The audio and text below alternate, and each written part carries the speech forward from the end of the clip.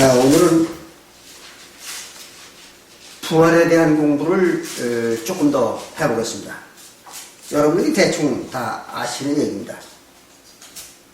근데 요한복음 5장 25절 이하에 볼 것 같으면은 죽은 자들의 부활이 어떻게 시작됐는가 하는 것이 이제 나옵니다. 그래서 요한복음 5장 25절 이하에 볼 것 같으면 이렇게 기록하고 있습니다. 예수님이 말하기를 진실로 진실로 너희에게 이르노니 죽은 자들이 하나님의 아들의 음성을 들을 때가 오나니 그랬어요. 죽은 자들이 하나님의 아들 예수죠. 예수의 음성을 들을 때가 오나니 이때라 그랬어요. 그리고 듣는 자는 살아나리라 했습니다. 그럼 예수님이 오셨을 그때에 예수님의 음성을 누가 듣는다 그러면 죽은 자들이 듣는다 그랬어요. 죽은 자들. 이건 우리가 상식적으로 생각하더라도 육신이 죽은 자들이라면 들을 수가 없잖아요. 예수님의 음성을 들을 수가 없는 거예요. 그러니까 육신은 죽지 않고 뭐가 죽었느냐? 영혼이 죽은 자들입니다. 영혼이 죽은 자들이 이제 육신은 살아있는 거죠. 영혼은 죽어있고 육신이 살아있는 자들입니다.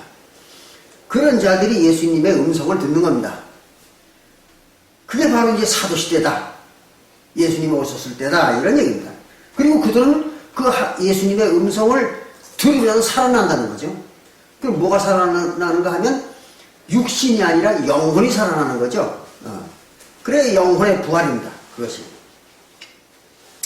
그래서 원래 성경에서 얘기하는 또 하나님을 믿는 목적은 바로 육신의 부활이 아니라 영혼의 부활이죠. 그럼에도 불구하고 세상의 모든 그 기독교회들은 육신의 부활을 기다리고 또 육신이 부활할 것을 소망하고 있는 거예요. 그러나 하나님은 육신의 부활은 전혀 고려치 않습니다. 그래서 우리가 요한복음 6장 63절에도 보면 살리는 것, 즉 부활시키는 거죠. 부활시키는 것은 영이고 영혼을 부활시키는 거고 육은 무익하니라 했어요. 육신은 그거는 부활하고는 아무 관계가 없다는 거죠. 그러니까 육신의 부활이라는 건 절대로 없는 겁니다. 그건 없는 거예요. 그 사람들이 그럼에도 불구하고 육신의 부활하기를 그걸 아주 그렇게 기다리는 거죠. 오늘날 기독교들은 육신의 부활만 기다리는 겁니다. 참 한심한 얘기죠. 또 뿐만 아니라 고린도전서 15장 50절에 고린도전서 15장 50절에 볼 것 같으면은 혈과 육은 이 육신이죠. 혈과 육은 하나님의 나라를 유업으로 받을 수 없다 그랬어요. 그 하나님의 나라를 유업으로 받지 못한다는 얘기는 천국을 못 간다 이런 얘기예요. 그 천국을 못 간다는 얘기는 부활을 못 한다는 얘기죠. 그 천국은 부활한 자들만 사는 곳이죠. 거기는. 그걸 갖다 부활한 자들이니까 그걸 뭐라 그래? 산자들이라고 그래요. 산자들. 그래. 산자들만 사는 곳이 천국입니다. 그러니까 성경에서 얘기하는 부활, 다시 살아나는 것, 또 영생, 그건 이제 바로 영혼의 영생, 또 영혼이 다시 살아나는 것, 그것입니다. 네, 그래서 영혼이 살아나는 그 자체가 알고 보면 구원받지 못하는 사람들에게는 그게 심판입니다. 영혼이 살아나는 자가 있으면 살아나지 못하는 자가 있는 거죠. 그래서 하나님의 심판은 영혼이 살아나기로 하나님이 언약한 자, 약속한 자들이죠.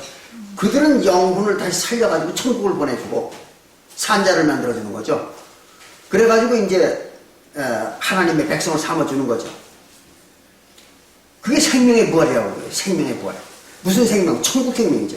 천국 생명으로 부활하는 겁니다. 그리고 부활하지 못하는 자들은 그냥 버리는 거예요. 그대로 부활하지 못한 상태로 죽어있는 상태로 그냥 그 송장을 버리는 겁니다. 어디다가 게헨나에다가 또 음부에다가 거기다 버리는 겁니다. 그게 심판입니다. 그래서 요한복음 5장, 같은 요한복음 5장 27절부터 29절에 보면은 거기 이제 이렇게 기록을 했습니다. 또 인자됨을 인하여 그랬어요. 이건 무슨 말이냐면 예수님이 인간의 아들로 태어남으로 그 말입니다. 예수님이 육신, 즉 인간의 아들로 태어났기 때문에 심판하는 권세를 주셨느니라 그랬어요. 누가? 하나님이. 그럼 예수님이 육신으로 태어났기 때문에, 인간의 아들로 태어났기 때문에 심판의 권세를 받았다. 그런 얘기입니다. 그러니까 이 예수님이 육신, 즉 인간의 아들로 인자로 태어나지 못하면 구원을 못하는 겁니다. 예수님께서. 그래, 구원의 권세가 없는 거예요. 그래가지고 예수님이 육신의 형상으로 왔기 때문에 심판의 권세를 받았다. 그런 얘기입니다. 왜 그럴까요? 이거는 예수님이 육신으로 와야만 심판하는 이유는, 심판이라는 거는 심판을 받는 자와 심판을 하는 사람, 그러니까 심판을 받는 자와 심판을 하는 자가 같은 위치에 있어야 된다. 그래 심판하는 거예요. 그래서 같은 신분과 같은 그 생태 차원에 있어야 돼요. 그 저거가 똑같은 거죠. 송아지나 강아지를 또 사람이 심판할 수가 없어요. 또 귀신을 사람이 심판할 수 없어요. 그러니까 귀신을 심판하려면 사람이 귀신이 돼야 돼. 같이. 그렇잖아요. 그래야지 육신을 쓰고 있는 사람이 귀신을 심판할 수 없어요.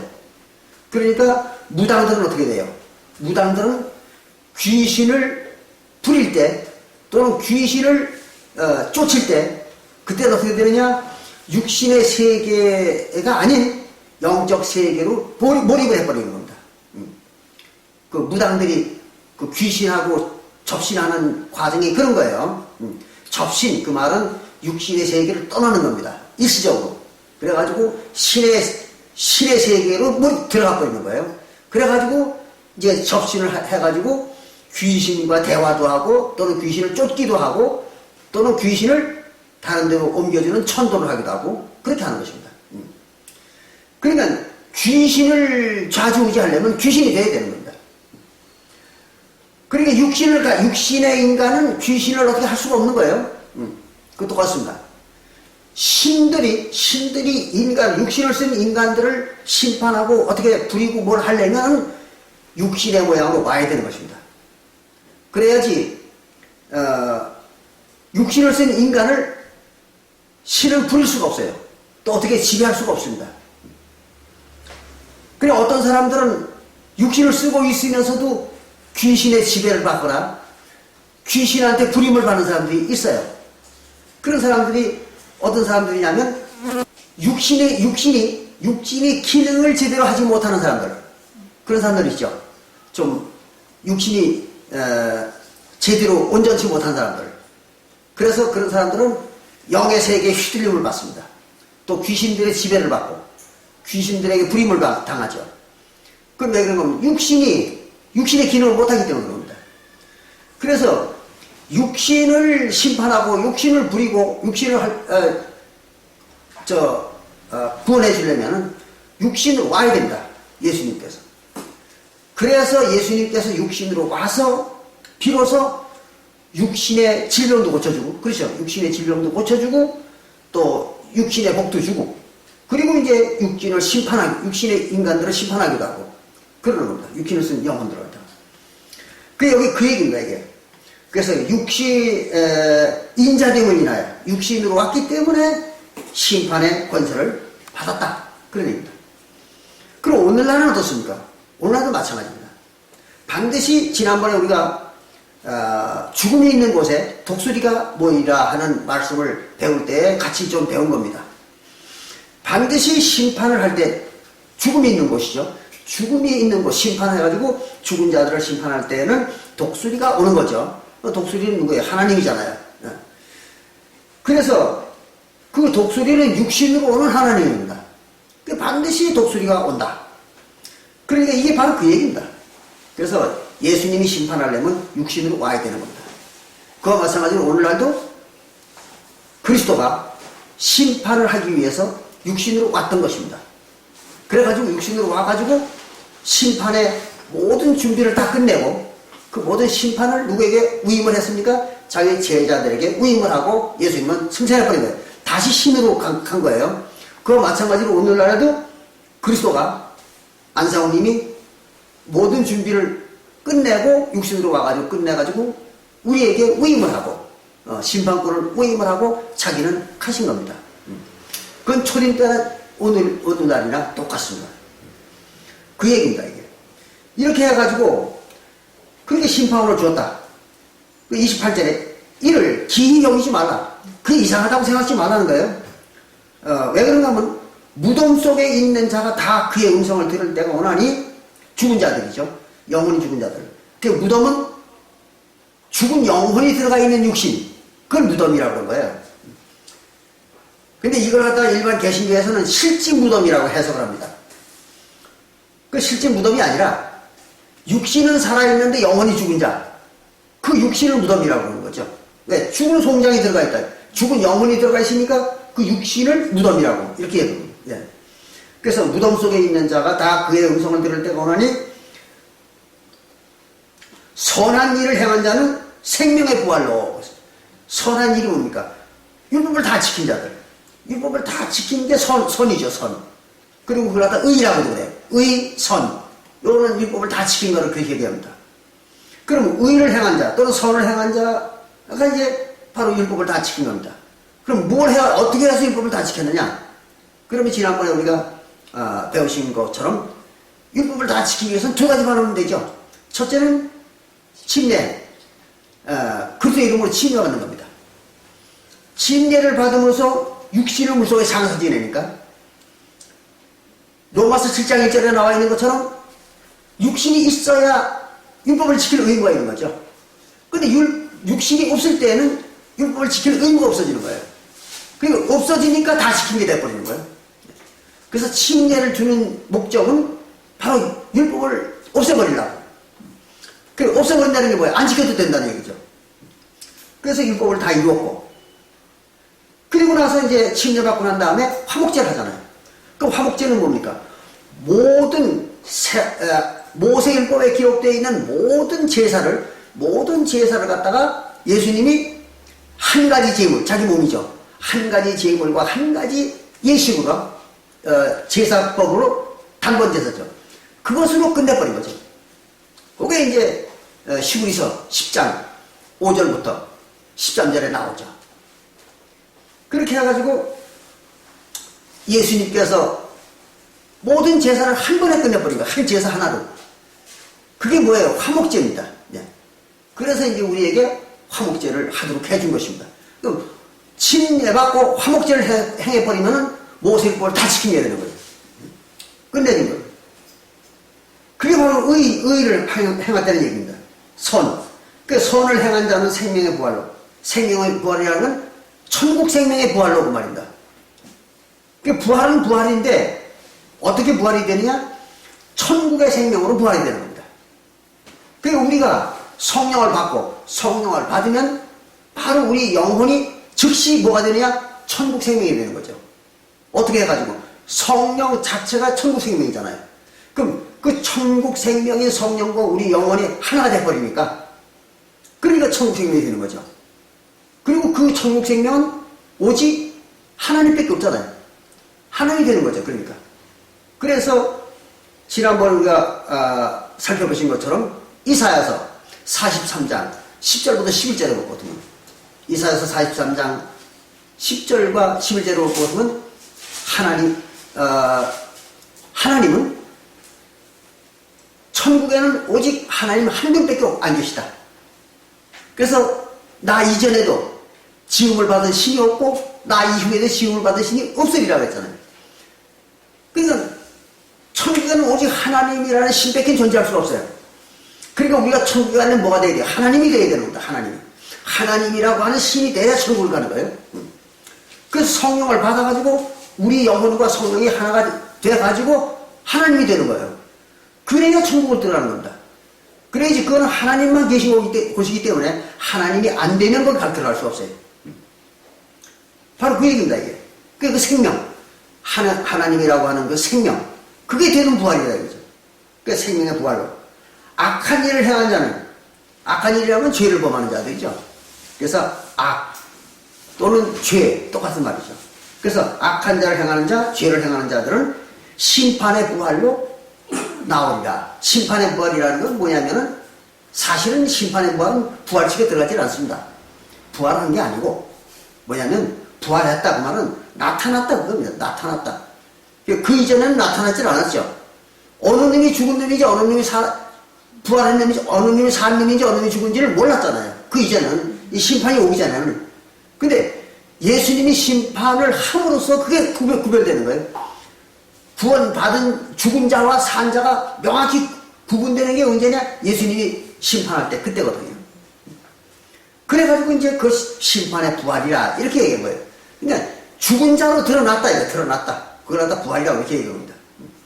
그러니까 우리가 평소에 사용하는 일반적인 언어의 의미로는 부활이 아닙니다. 심판은 그냥 내버려 두는 거예요. 그대로. 근데 다만 어떤 자가 하나님이라는 그 천국 생명으로 나타났다 이거야. 그게 뭐예요? 부활이죠. 근데 어떤 자들은 죽어있는 상태로 나타났다. 드러났다. 이러다 그래서 사망의 부활. 그래서 이제 심판의 부활 이렇게 얘기합니다. 그렇게 해가지고 두 개가 명확히 구분되는 거죠. 이게 이제 부활한 자와 부활하지 못한 자의 차이가 이제 그렇게 드러나는 것입니다. 그게 이제 마지막 때 하는 겁니다. 그래서 유대인의 마지막 때는 언제입니까? 바로 사도행전 2장 17절과 또 베드로전서 1장 20절에 기록한 것처럼 사도행전 2장 17절과 베드로전서 1장 20절에 기록되어 있는 것처럼 사도시대가 종말이었던 거죠. 그때가 말세. 누구에 대한 말세? 유대인의 말세입니다. 이스라엘의 말세. 그리고 이방인에 대한 말세는 지금이죠. 지금이 이제 이방인의 말세입니다. 그래서 이제 1988년부터 2028년까지 이방인의 말세가 이제 마무리를 하는 것입니다. 그렇게 심판이 끝나는 거죠. 그렇게 해서 구원받은 자들은 또 천국 생명을 부활한 자들은 어떤 특징이 있느냐? 할례 받고 화목제 하는 거죠. 즉 그리스도일 겁니다. 그거를 이제 행한 자들은 생명의 부활로 나온 자들이다. 그런 얘기입니다. 그들의 특징이 뭐예요? 바로 2000년 전 사도시대에는 성령을 받으면 뭐가 나왔습니까? 방언을 했죠. 방언을 하고 예언을 하고 또는 각종 능력을 행하고 또 병든 자의 손을 얹은 병이 낫고 또는 무슨 독을 먹을지라도 독의 해함을 받지 않고 그랬던 거예요. 2000년 전에. 그러니까 그걸 가지고 명확히 알 수가 있었죠. 근데 오늘날에는 그 은사를 이미 다 폐해버렸잖아요. 그래서 그 은사를 고린도전서에 보면 다 폐했다고 나오잖아요. 그럼 뭐만 남았어요? 사랑만 남은 거죠. 그래서 지금은 이제 성령 받았다는 표가 뭐냐 그러면 바로 고린도전서 2장 7절부터 13절에 나오는 그 성령 받은 자의 특징입니다. 그게 이제 고린도전서 2장 7절부터 13절에 나오는 성령을 받으면 성령의 깊은 곳까지 통달한다. 그랬어요. 그 성령은 하나님이잖아요. 그러니까 하나님의 깊은 곳까지 통달하는 겁니다. 그 신기하게도 성령을 받지 못한 자들은 성경을 단 한 가지도 모르는 거죠. 그래서 성령을 받은 자들은 성경을 처음부터 마지막까지 모든 그 성령의 가르침, 그 깊은 곳을 다 아는 겁니다. 그 통달하는 거예요. 그런 그 참 현저한 차이가 나타나는 것입니다. 그렇게 해서 이제 그걸 우리가 생명의 부활로 나타난 자들이다 하는 걸 이제 우리가 확인하는 것입니다. 그래서 이제 보면은 지난번에도 우리가 늘 배웠던 구절입니다만은 히브리서 9장 27절에 보면 히브리서 9장 27절에 보면은 한 번 죽는 것은 사람에게 정하신 것이요. 그리고 사람은 이스라엘 백성을 사람이라고 그러는 거죠. 하나님의 백성, 그것만 사람입니다. 그리고 하나님의 백성이 아닌 자들은 짐승 또는 야만 이러죠. 그러니까 하나님의 백성들이 한 번 죽는 거, 꼭 한 번은 꼭 죽어야 된다.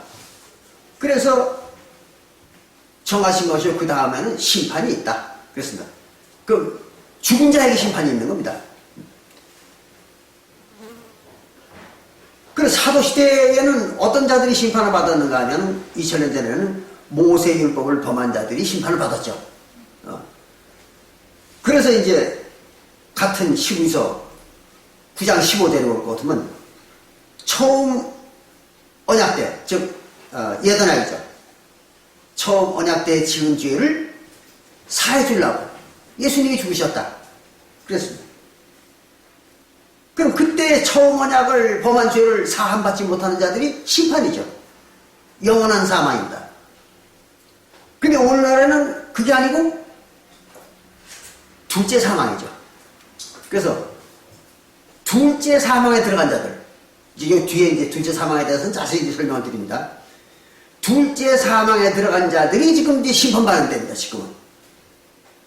그럼 2000년 전에는 첫째 사망이죠. 모세율법을 범해서 죽은 자들의 사망은 첫째 사망이라고 그러는 거예요. 물론 성경에는 첫째 사망이라는 말은 없습니다. 성경은 아무리 살펴봐도 첫째 사망이라는 말은 없어요. 그런데 둘째 사망이라는 말이 나오죠. 요한계시록 20장에. 그럼 둘째 사망이 있다는 얘기는 무슨 말이에요? 첫째 사망이 있다는 얘기죠. 네. 그런데 이제 부활은 둘째 부활이라는 말이 없습니다. 성경 아무리 찾아봐도 둘째 부활이라는 게 없어요. 그리고 첫째 부활이라는 말만 나와요. 그럼 첫째 부활이라는 말은 나오는데 둘째 부활이 없다는 얘기는 부활은 첫째 부활밖에 없다는 얘기입니다. 둘째 부활이 없는 거예요. 그걸 아주 사람들 알기 쉽게 첫째 사망이 있고 둘째 사망이 있다. 그리고 부활은 첫째 사망만 있다. 첫째 부활만 있다. 이렇게 얘기하면 그렇게 성경에 써놔서는 아주 쉽잖아요. 그럼 모든 사람들이 다 이해할 거 아니에요, 그거를. 근데 신기하게도 성경에는 그렇게 기록을 안 해놓고 그냥 둘째 사망, 응? 첫째 사망이라는 말 없어요. 둘째 사망에 들어간 자 이런 말이 나오거든요. 그리고 첫째 사망에 대한 설명이 없어요. 그러니까 모든 기독교회들이 첫째 사망이라는 게 있다는 걸 모르고 있어요. 예. 그러니까 둘째 사망만 있다. 그럼 첫째 사망은 뭐냐? 그걸 모르는 거예요. 첫째 사망이 뭔지를 모르는 겁니다. 그리고 또 부활은 첫째 부활에 들어간 자는 둘째 사망이 그들을 다스리는 권세가 없고 이런 얘기가 또 나오거든요. 그러니까 첫째 사망 아니 첫째 부활을 받은 자들 그런 말이 나왔으니까 얼뚱들이면 둘째 부활도 있는 것 같아요. 그렇잖아요. 그러나 사실은 둘째 부활은 없는 거예요. 그럼에도 불구하고 모든 기독교회들은 어떻게 가르치나? 둘째 부활이 있다는 거예요. 그게 이제 어떻게 해서 그런 얘기가 나오는가 하면 이제 천년왕국이라는 얘기가 또 이제 뒤에 설명해야 됩니다. 그럼 천년왕국을 주장하는 본래 성경에 천년왕국이라는 게 없는 거예요. 예. 근데 이제 그건 뒤에 설명하기로 하고 천년왕국이 임하기 전에 부활하는 사람들이 첫째 부활이라는 거예요. 그리고 이제 그 다음에 천년왕국 이후에 재앙을 받아가지고 죽은 사람들이 다시 또 부활한다 이거예요. 그 두 번째 부활하는 거예요. 그게 둘째 부활이다. 이렇게 가르칩니다. 일반 기독교회들은. 근데 그건 왜 그런가 하면 천년왕국이라는 게 뭔지 또 천년왕국 이전에 죽은 자들이 어떻게 죽었으며 천년왕국 이후에 죽는 자들이 어떻게 죽었느냐 이거 전혀 모르는 거예요. 성경에는 아주 명확하게 기록되어 있는데 그걸 모르는 거예요. 그러다 보니까 첫째 부활이 있으니까 둘째 부활도 있다 이렇게 얘기하는 거예요. 처음에 죽었다가 부활한 자들이 또 죄를 지어가지고 또 죽었다가 부활을 한 것을 둘째 부활이다. 이렇게 가르치는 거예요. 그러나 성경에는 엄연히 둘째 부활은 없다고 나와 있습니다. 얘기가 나왔으니까 좀 확인하고 넘어갑시다. 그거 갖다가. 어디 그런 말이 나와 있는가 하면요. 잘 아시잖아요. 마태복음 12장 32절과 32절에 나오잖아요. 마태복음 12장 31절과 32절에 보면 둘째 부활은 없다고 아주 명백하게 기록하고 있습니다. 마태복음 31장 32절에 보면 12장 31절과 32절에 보면 이렇게 기록했습니다. 그러므로 너희에게 이르노니 사람의 모든 죄와 회방은 사심을 얻되, 사심을 얻는다는 말은 죄사함을 받는다는 거죠. 죄사함을 받는다는 말이 무슨 말이에요? 부활한다는 얘기죠. 죄사함을 받으면 부활하고 생명의 부활로 나오는 거 아니에요? 죄사함을 받으면. 그러니까 첫째 부활을 얘기하는 거예요. 그러니까 죄사함을 얻되 그 말은 부활을 얻되, 죄사함을 얻되 그 말은 부활을 얻되. 그럼 첫째 부활입니다 이게. 그래서 사람의 모든 죄와 사망은 사심을 얻되 성령을 회방하는 것은 사심을 얻지 못하였거든요. 성령을 회방하는 건 절대로 용서가 없어. 사심을, 죄사함을 받을 수가 없어요. 그러나 둘째 부활이 없는 거예요. 첫 번째는 죄를 용서받을 수가 있어요. 그게 뭐예요? 부활이죠. 죄사함 받는 게. 그런데 두 번째는 죄사함이 없어요. 성령 회방죄는 절대로 부활이 없는 겁니다. 그럼 성령 회방죄는 첫째 부활에 들어간 자만이 질 수 있는 거예요. 그래서 처음에 죄사함을 받은 자들, 그들만이 죄사함을 받고 영생에 들어간 자들, 그들만이 성령 회방죄를 질 수가 있는 거예요. 왜? 그들이 성령을 받았으니까. 그 성령을 안 받은 자는 성령 회방죄가 없습니다. 근데 일반 기독교에서는 어떻게 가르치는가 하면 남의 신앙을 회방하면, 또 예수님의 이름을 회방하고 남의 신앙을 회방하면 그게 성령 회방죄라고 이렇게 가르쳐요. 기독교에서는. 그건 아닙니다. 그거 바보들이라는 소리예요. 자기가 성령을 회방한다 그 말은 성령의 진리를 인정하지 않고 회방하는 겁니다. 근데 구원 못 받은 자들은 뭘 몰라요? 성령의 법을 모르잖아요. 성령의 법을 모르는데 그걸 어떻게 회방해요? 모르는 걸 어떻게 회방하냐고요? 말도 안 되는 거죠. 회방하고 그걸 갖다가 거역하는 거. 그 거역하는 건 알기 때문에 회방하고 거역하는 거죠. 그럼 구원 못 받은 자들은 성령의 법을 모릅니다. 그러니까 회방도 못하고 거역도 못하는 거죠. 그래서 성령 회방죄는 성령을 받았던 자, 한 번 받았던 자만이 지었는 거예요. 그게 성령 회방죄입니다. 그래서 여기 이제 이렇게 한 거죠. 모든 죄는, 성령 받기 이전에 모든 죄는 다 용서를 받아. 죄사함을 받아요. 그러나 성령을 회방하는 자는 그건 절대로 용서함이 없다. 그리고 그 뒤에 뭐라 하냐면 또 이랬어요. 또 누구든지 말로 인자를 거역하면, 인자, 예수님이죠. 육신으로 왔던 예수님을 거역하면 그거는 사심을 어때요? 그래서 그럼 예수님이 육신으로 왔을 때 가르친 게 뭐예요? 율법의 완성. 그렇잖아요.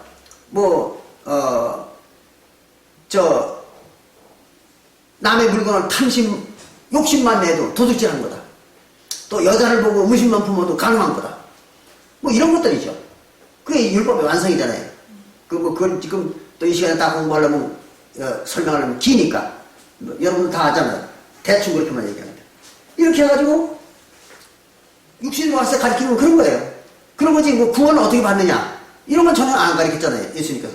침례를 어떻게 받고, 또 화목제를 어떻게 하고. 이건 전혀 안 가르쳤잖아요.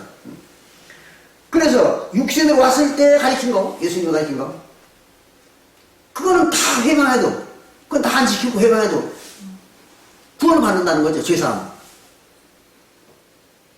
그런데 사함을 어때? 누구든지 말로 성령을 거역하면 뭐예요? 성령을 거역하면이 뭐냐면 성령이 가르쳐준 거를 거역하면, 그럼 성령이 가르쳐준 거를 거역하려면 어떻게 돼요? 성령이 가르쳐준 걸 알아야 거역할 거 아니에요? 회방하든지. 그럼 성령이 가르쳐준 게 뭔지도 모르면서 어떻게 거역하고 회방을 하겠어요? 그래서 성령을 거역하면 이 세상과 오는 세상에도 사함을 얻지 못하리라. 용서를 못 받는다 이거예요. 그 용서를 못 받으니까 어떻게 돼? 부활을 못 하죠. 더 이상. 그러니까 첫 번째 부활은 누구든지 할 수 있어요. 예수님의 새 언약의 법을 지키면, 침례받고 화목제를 행하면은 첫 번째 부활은 받을 수가 있는 거예요. 그런데 그 다음에 성령 회방죄를 짓는 놈들은 두 번째 죄를 짓고 사망에 들어간 자들은 다시는 죄감이 없다. 그러니까 둘째 부활이라는 게 없는 거죠. 바로 그 얘기입니다. 이게 이제 똑같은 말이 시브리서 6장 4절부터 6절에도 나와 있고, 시브리서 6장 4절과 6절에도 나와 있고, 시브리서 10장 26절과 27절에도 나와 있습니다. 시브리서 10장 26절부터 27절에도 나와 있어요. 똑같은 말이. 그 중에 시브리서 6장 4절부터 6절만 한번 읽어보겠습니다. 그럼 명확하죠. 시브리서 6장 4절을 볼 것 같으면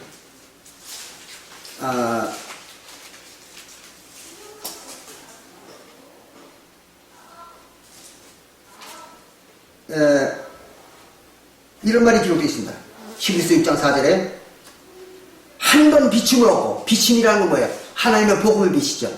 복음의 빛을 받고 하늘의 은사를 맛보고, 하늘의 은사는 성령의 은사죠. 성령의 은사. 성령의 은사를 맛보고 성령에 참여한 바 되고 있어요. 성령에 참여한 바 됐다. 그 말은 구원받았다는 얘기잖아요. 부활한 거야. 네, 첫째 부활. 되고 하나님의 선한 말씀과 내세의 능력을 맛보고도 타락한 자들, 타락을 했다는 얘기는 그걸 부인했다 이거예요. 그걸 부인하고 인정 안 한 거예요. 그걸 고역하고, 그 타락한 자는 다시 새롭게 하여 회개할 수 없나니, 다시 새롭게 해가지고 회개할 수 있는 길이 없다는 거예요.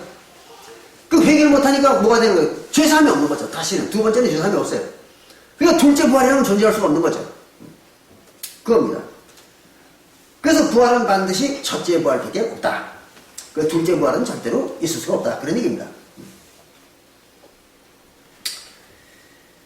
그래서 이제 부활은 둘째 부활이 없고 첫째 부활만 있고, 사망은 둘째 사망도 있다 이거죠. 첫째 사망이 있고 둘째 사망이 있는 거예요. 그럼 첫째 사망은 아까도 설명드린 것처럼 모세율법을 범한 게 첫째 사망이에요. 그 범하면 첫째 사망에 들어간 겁니다. 그랬다가 성령을 받으면 부활하는 거예요. 생명의 부활을. 그랬다가 다시 성령 회방을 하게 되면 둘째 사망, 두 번째로 죽는 거예요. 그럼 다시는 그 다음에는 용서가 없습니다. 부활이 없어요. 그겁니다. 그래서 그 말이 이제 요한계시록 20장 12절에 나옵니다. 요한계시록 20장 12절부터 15절을 보면 그게 이제 얘기가 나와 있습니다.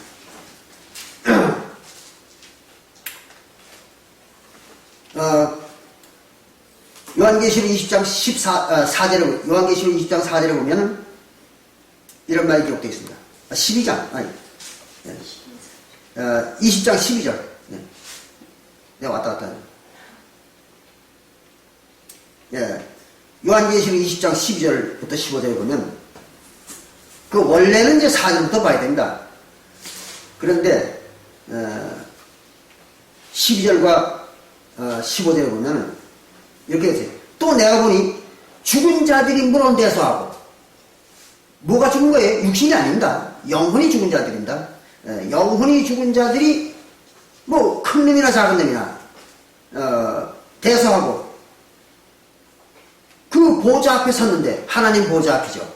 섰는데 책들이 펴있고, 생명책입니다. 다른 책이 또 펴졌는데 생명책이 책들이 펴있고 하는 것은 성경책이죠. 성경책이 펴있는데 그 성경책 옆에 또 뭐가 있는가 봤더니 생명책이 있어요. 그 생명책이 있더라. 그렇습니다. 죽은 자들이 자기 행위를 따라서 자기가 뭘 했는가, 거기에 따라서 책들에 기록한 대로 심판을 받으니, 책들에 기록한 대로 심판을 받는다. 그 말은 성경책에 기록되어 있는 대로 심판을 받는다. 그럼 무슨 여기서 얘기하는 성경책은 뭘 얘기하느냐? 모세의 율법책입니다. 그것만을 이제 성경책이라고 얘기한 거예요. 여기서 모세의 율법책을 말하는 것입니다. 그래서 모세율법을 어떻게 지켰느냐? 거기에 따라서 심판을 받는다 이거죠. 그 받으니 바다가 그 가운데서 죽은 자들을 내어주고, 바다는 뭐예요? 나가죠. 우리가 다니엘서 7장 3절에 보면 거기에는 바다에서 네 짐승이 나왔는데 그랬습니다. 그리고는 그 네 짐승에 대해서 바벨론과 메데파사와 헬라와 로마라고 그렇게 설명을 하고 있어요. 그 뒤에. 그러니까 바벨론, 메데파사, 헬라, 로마가 네 짐승이요. 바다에서 나오는 네 짐승이요. 그럼 바다는 뭐예요? 나라죠, 나라. 그래서 어떤 제국, 나라와 제국을 갖다 바다라고 합니다. 그 여기서 얘기하는 바다는 뭐예요? 이거는 이스라엘 나라죠. 유대 나라. 바다에서 바다가 그 가운데서 죽은 자들을 내어주고, 그 말은 유대 나라에서 죽은 자들, 영원히 죽은 자들이 심판을 받으러 내보냄을 받고, 그 말이에요. 그리고 또 사망과 음부도, 그래서 사망과 음부 똑같은 말이죠. 사망이나 음부나 똑같은 거예요. 그러니까 죽은 영혼들, 그런 얘기입니다. 사망한 영혼들, 그들이 그 가운데서 죽은 자들을 내어주매 뭐 하라고? 심판받으라고. 내주는 겁니다. 심판받으라고. 그러니까 각 사람이 자기의 행위대로 심판을 받고, 뭘 행했는가에 따라서. 그래, 모세율법만 행한 자들은 사망해서 번짐을 받지 못하는 거죠. 그리고 그리스도율법, 즉 같은 모세율법이잖아요. 그리스도율법도 모세율법이잖아요. 모세율법도 모세율법이요, 그리스도율법도 모세율법입니다. 지난번에 배운 것처럼 똑같은 거예요. 그런데 다만 그리스도율법을 행한 자, 같은 모세율법이라도 이제 그걸 지난번에 이렇게 설명을 했죠. 펼치면 모세율법이 되고 접으면 그리스도율법이 된다. 그렇게 얘기했죠. 그래, 접혀져 있는 모든 모세율법을 한 군데 접어가지고 두 가지로 만들어 놓고, 심판과 침례와 화목제를 만들어 놓고, 요걸 지키면, 그런 모세율법을 지키면 구원을 받고, 그리고 600 몇십 가지의 모세율법을 지키려고 하면은 심판을 받고, 이렇게 되는 것입니다. 그래서 심판을 받고, 사망과 음부도 똑같은 얘기입니다. 사망과 음부도 불못에 던지우니, 불못에. 그럼 이제 하나님의 말씀의 심판이죠. 그걸 불못, 그렇죠. 그래서 하나님의 말씀의 심판으로 던지니, 이것은 둘째 사망 끝 곧 불못이라. 그러니까 두 번째 사망이라는 거죠. 어떤 자들이 첫 번째 사망에 들어갔던가, 첫 번째 부활을, 첫째 부활에 들어갔던, 그걸 받았던 자들을 갖다가 다시 여기서 내주는 거예요. 심판에다가. 그게 둘째 부활이, 사망입니다. 그러니까 사망은 뭐야? 심판이죠. 그래서 첫째 사망은 첫째 심판이고, 둘째 사망은 둘째 심판인 것입니다. 그렇게 해서 심판을 받더라. 그런 얘기입니다. 그래, 그것을 갖다가 이제 설명한 게 바로 그 앞에 요한계시록 20장 이제 4절부터 7절에 나오는 6절에 나오는 그것입니다. 그거는 이런 말을 했죠. 여기다가 또 내가 보호자를 보니, 요한계시록 20장 4절에 보면 내가 보호자들을 보니 거기 앉은 자들이 있어 심판하는 권세를 받았더라. 그래서 심판하는 권세를 받은 자들의 보호자들이 있는 거예요. 보호자가 아닙니다. 단수가 아니에요. 복수입니다. 보호자들. 그럼 예수님께서 심판권을 가지고 와가지고 제사장들한테 심판권을 내겨주셨죠. 요한복음 20장 23절에서. 그 요한복음 20장 23절에서 예수님이 제자들에게 네 죄든지 너희가 사하면 사하질 것이요 그대로 두면 그대로 있으리라. 그러니까 죄사함 주는 권세를 내어준 거예요. 제자들에게 위임을 한 겁니다. 그게 뭐 심판권이죠. 그래서 심판권을 남겨주고 예수님이 가신 거예요. 그러니까 여기에 보호자들이 있다. 그 말은 심판권을 가지고 있는 자들이 있다. 그런 얘기입니다. 또 내가 보니 예수의 증거와 하나님의 말씀을 인하여 목배임을 받은 자의 영혼들과 같이, 영혼들, 순교한 자들이죠. 순교한 자들의 영혼이죠. 그들이 또 짐승과 그의 우상에게 경배하지도 아니하고.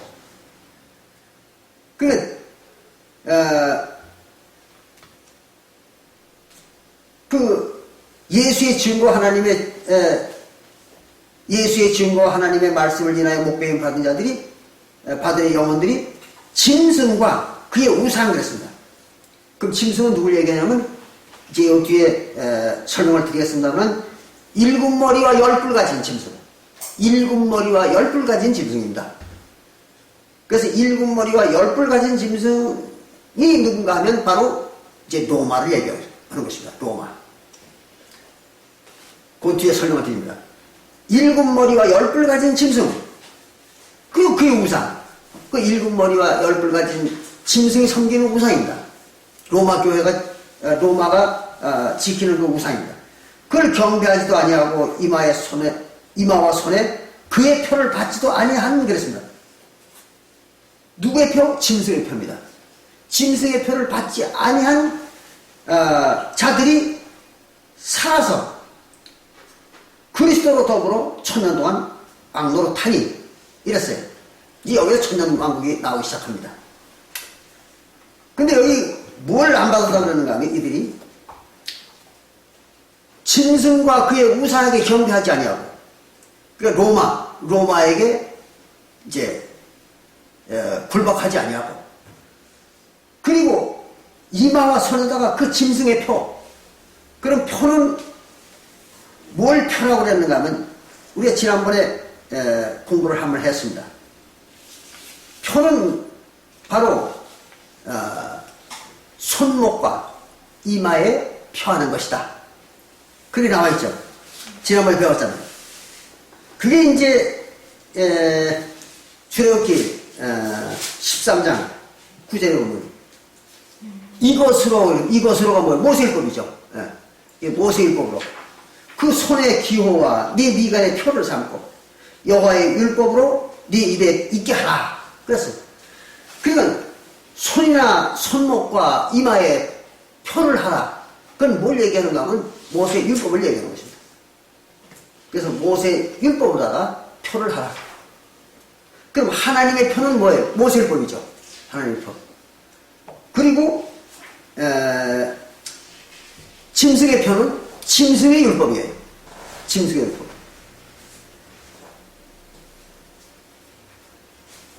그럼 짐승에게는 무슨 율법이 있는가 하면은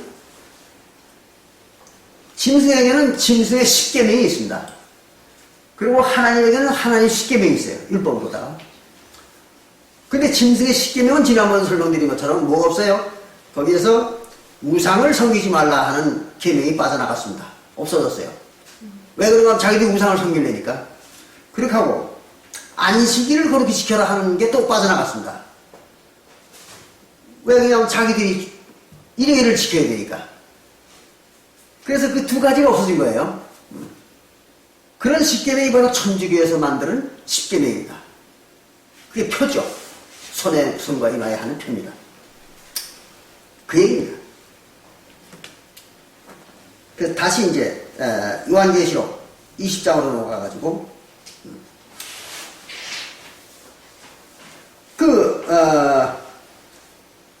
이마와 손에 짐승의 표, 그러니까 십계명이죠. 짐승의 십계명, 로마 교회에서 만든 십계명, 그거를 받지 않았다. 그거는 지키지 않았다 이거죠. 그거는 지키지 않았다. 그래서 그걸 받지도 아니한 자들이 살아서 그 영혼이 살아난 거예요. 영혼이 살아서 그리스도와 더불어 천년 동안 왕노로 하니 그랬습니다. 그리고 그 나머지 죽은 자들은 그 천년이 차이까지 살지 못하더라. 살지 못한다는 구원 못 받는다. 그러니. 그러고 어디에 뭐라 했어요? 이는 첫째 부활이었어요. 그것이 첫째 부활이다. 그리고 왕노로 사는 거, 천년 동안 왕노로 사는 게 첫째 부활이라는 거예요. 그런데 이걸 잘 아셔야 됩니다. 요 천년 왕국이라는 거에 대한 설명을 조금 합니다. 그래야 이게 풀어져 나가니까. 같은 요한계시록 20장 2절에 보면 1절부터 보는 게 확실하겠습니다. 요한계시록 20장 1절부터 보면 천년 왕국에 대해서 이렇게 설명하고 있습니다. 또 내가 보매 천사가 무조갱 열쇠와 큰 쇠사슬을 그 손에 가지고 있습니다. 무조갱은 지난번에 우리가 공부한 것처럼 가장 큰 굴이죠. 음부. 가장 큰 음부입니다. 그러니까 지옥 중에 가장 큰 지옥입니다. 근데 그 열쇠와 쇠사슬을 손에 가지고 하늘에서 내려왔다. 그래서 하늘에서 내려와가지고 용을 잡으니 이것은 용은 뭐래 사단 마귀잖아요. 용이. 그 사단 마귀예요. 그 용을 잡으니 곧 옛뱀이요 마귀요 사단이라 그랬어요. 이게 누굴 얘기하는 거예요? 유대인들을 얘기하는 거죠. 유대인들을. 그러니까 용이라고도 하고 옛뱀이라고 하고 마귀라고 하고 사단이라고 하는 건 누구냐면 유대인들을 말하는 거예요. 그런데 여기서 우리가 꼭 한 가지를 알고 넘어가야 됩니다. 안 그러면 혼란에 옵니다. 유대인이 분명해요. 요거는 사단이니까.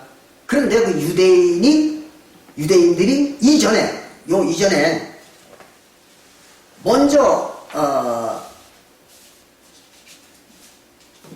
요한계시록 13장 1절부터 5절을 그건 조금 이따 볼 거예요.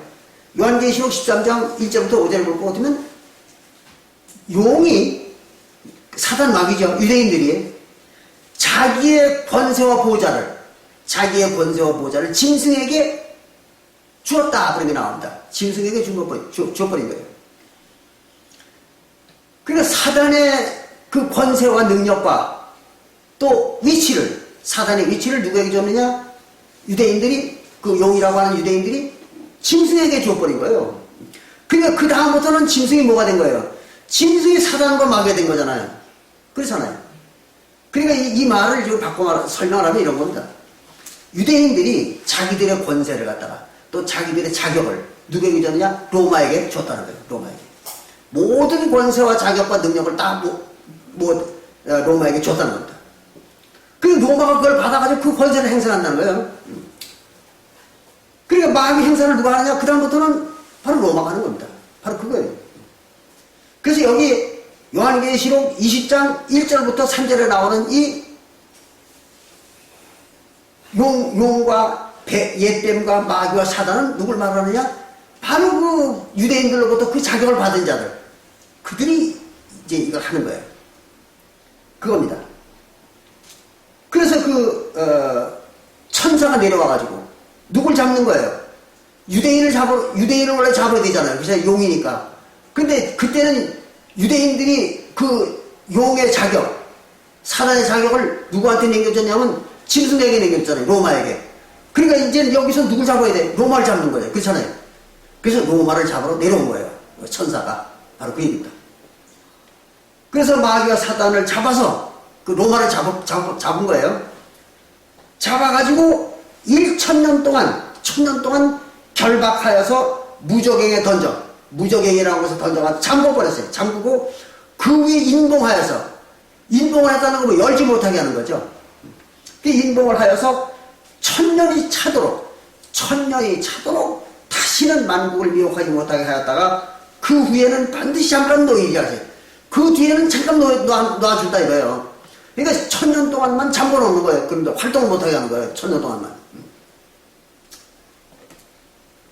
이게 무슨 말이냐 그러면은 로마 나라를 갖다 1000년 동안 활동을 못하도록 잠근다는 거죠. 천사가 내려와가지고 묶어놓는 거예요. 활동을 못하도록. 그 무슨 활동이냐 그러면 용과 뱀과 마귀와 사단이 하던 활동이죠. 그게 이제 자기들의 세력을 확장하는 거죠. 그렇잖아요. 용과 마귀와 사단들이 자기의 세력을 확장하는 거예요. 그리고 활동하는 거예요. 그 활동을 하는 거예요. 그걸 못하게 이제 잠궈놨다는 거죠. 그럼 무적에게 집어넣어가지고 잠궜다는 건 활동을 못하게 한 거예요.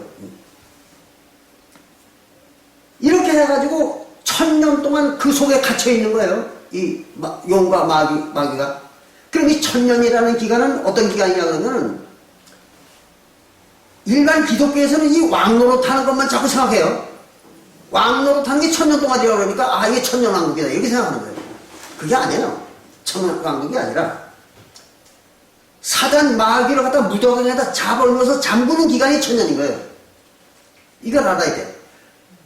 왕노릇하는 것과는 관계가 없어요. 마귀를 무적에다 잡아넣고 인봉해서 묶어놓는 거 1000년 동안 그 기간이 1000년이라는 겁니다. 근데 그 1년 동안, 그 1000년 동안 마귀는 잡혀 있잖아요. 잡혀서 들어가 있잖아요. 있는 동안 구원받은 자들, 표를 안 받은 자들, 표를 안 받은 자들은 그 1000년 동안 왕노릇 하더라고요. 그리스도와 함께. 그러면 그렇다고 해서 그럼 1000년이 끝나고 나면 왕노릇이 끝나느냐? 아니거든요. 구원받은 자들이 1000년 동안 왕노릇 한다고 뭐하러 구원받아요? 그렇잖아요. 뭐 신선이나 해먹지. 그렇잖아요. 그러니까 1000년 지나고 나서도 왕의 그 지위는 소멸되는 게 아니에요. 그러니까 왕은 어때요? 영원한 왕이죠. 영원한 왕이에요. 그 영원히 왕노릇 하는 거지 1000년 동안 왕노릇 하는 게 아니에요. 그러면 이 1000년이라는 게 뭐냐? 마귀 사단을 잡아놓아서 묶어놓는 기간이란 말이에요. 이게. 그동안에 하늘에서는 그리스도와 그 구원받은 자들이 왕노릇을 하더라. 그렇게 얘기한 거예요. 그걸 잘 이해하셔야 돼요. 1000년 동안만 왕노릇 한다는 말이 아니에요. 그러니까 지금 일반 개신교나 이런 데서는 그걸 천년왕국이라고 해요. 그럼 천년왕국이라는 게 무슨 얘기예요? 1000년 동안 왕노릇 했다는 얘기죠. 그리고 끝냈다는 거예요. 그래야 천년왕국이지. 왕노릇을 계속 끝도 없이 하는데 그걸 천년왕국이라고 말하면 그거 되겠어요? 말도 안 되는 얘기 하는 거죠. 그거 잘 이해하셔야 돼요. 그러면 1000년 동안이라는 기간은 무슨 기간이냐? 마귀를 잡아놓는 기간이라. 마귀를 잡아놓는 기간이에요. 그런 것이지 왕노릇 하는 기간이 1000년이 아니에요. 근데 그 마귀를 잡아놓는 1000년 동안에 구원받은 자들은 하늘에서 왕노릇 하고 있더라. 이런 얘기예요. 근데 이걸 갖다가 마치 1000년 동안만 왕노릇 하는 것처럼 그게 천년왕국이라는 말을 붙인 거예요. 여기에 천년왕국이라는 말이 어디 있어요? 그런 말이 없거든요. 그래서 그 일반 개신교나 이런 데서 얘기하는 천년왕국은 황당무계한 얘기를 하고 있는 겁니다. 그걸 잘 이해하셔야 돼요. 그럼 여기 1000년 동안 잠궜다는 얘기가 무슨 말이냐면 이런 겁니다. 여러분들이 되게 이제 아시는 얘기지만 로마가 이제 교부대 교회 2세기에 나타난 교부대 교회를 갖다가 자기네 국교로 삼은 것은 언제냐고 할 것 같으면은 서기 325년 이후입니다. 서기 325년 콘스탄틴 황제가 그 교부대 교회 그걸 갖다 사도교회라고 그러죠. 일반 기독교회는 그건 아닙니다. 교부들의 교회지 사도교회가 아니에요. 사도교회는 이미 서기 70년에 끝났으니까 그건 교부들의 교회입니다. 그래가지고 그 교부들의 교회를 갖다가 이제 로마 콘스탄틴 황제가 국교로 삼은 거죠. 그게 언제냐 그러면 서기 325년 이후입니다. 그럼 서기 325년 이후에 국교로 삼았어요. 그러니까 그게 뭐가 돼서 로마 교회가 된 거죠. 로마 교회. 그리고 나서도 계속 활동을 한 거예요. 이 교회가. 활동을 아주 왕성하게 했죠. 왜? 자유가 보장됐고 또 로마라는 나라를 등에 업었으니까. 아주 활동을 아주 왕성하게 한 겁니다. 그런데 그것이 언제 묶였느냐 그러면 교부들의 교회가 로마 교회가 된 다음에 그 로마 교회가 언제 묶였느냐? 그러면 바로 서기 520년부터 530년 사이, 서기 520년부터 530년 사이에 묶여버린 거예요. 어떻게 묶였느냐 그러면 그때 바로 교황의 전권 시대가 열린 겁니다. 그래서 모든 것을 교황이 전권을 장악하는 시대가 열린 거예요. 그래가지고 교황이 그때부터는 교황의 말이 성경이요. 교황의 말이 하나님의 말이었던 거예요. 그때부터는. 그래가지고 교황이 그때부터는 어떤 조치를 취했는가 하면 성경을 보는 권한도 박탈하고 모든 사람들로부터 성경을 볼 수 있는 권한도 박탈하고 그리고 전도하는 권한도 박탈하고 모든 것을 박탈해버린 거예요. 그래가지고 모든 것을 다 갖다 묶어놨느냐? 로마 그러니까 교황 로마라고 하죠.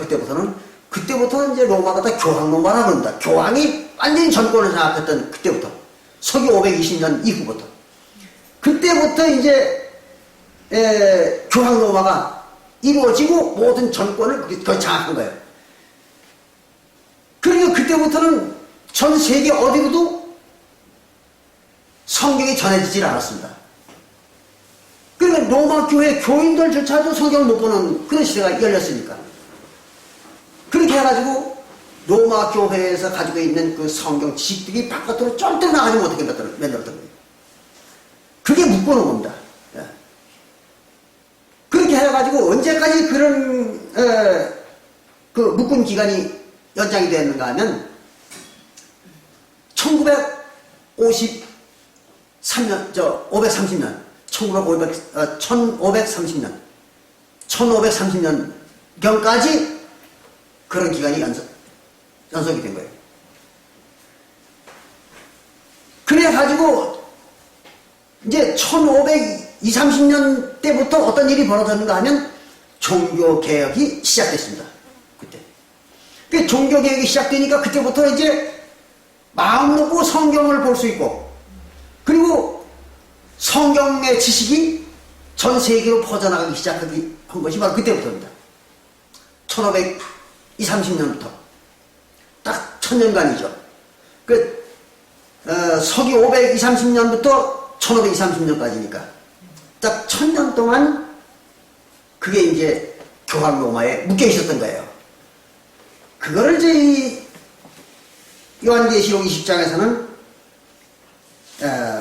무적에다 결박을 해가지고 1000년 동안 결박을 해서 인봉을 이렇게 얘기한 거예요.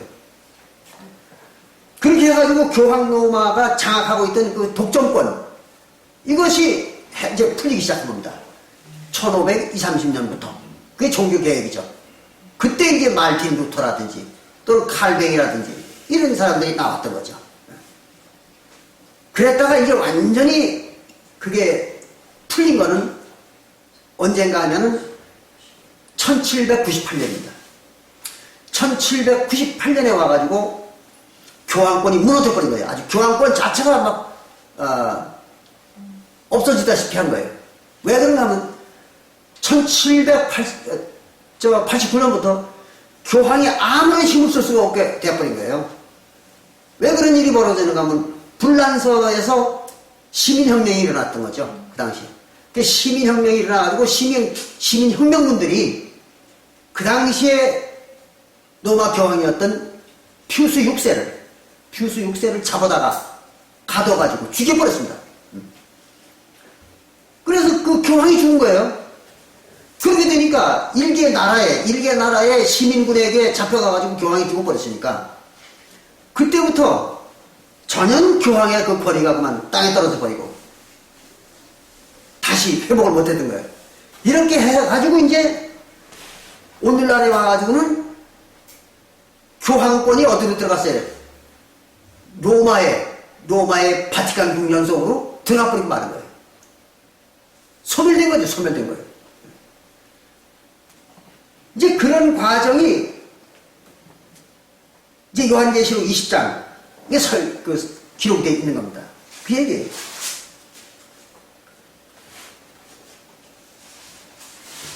그렇게 돼가지고 요한계시록 20장 이제 5절을 보니까 그 나머지 죽은 자들은 그 천년이 차기까지 살지 못하더라. 이런 첫째 부활이었어요. 그게 첫째 부활이에요. 그러니까 사도시대에 구원받은 자들, 그 왕노로 타는 자들, 그들이 첫째 부활이라는 거죠. 그건 언제 받은 거예요? 서기 30년부터 서기 70년 사이에 구원받은 자들이죠. 그들은 이미 하늘에 올라가가지고 왕노로 타는 거죠. 그 얘기입니다. 그래가지고 6절에 보니까 계시록 20장 6절에 보니까 이 첫째 부활에 참여하는 자들은 복이 있고 거룩하도다. 둘째 사망이 그들을 다스리는 권세가 없고 그랬어요. 아주 중요한 얘기입니다. 이게. 그리고 어려운 얘기예요. 둘째 사망이 그들을 다스리는 권세가 없다 하겠습니다.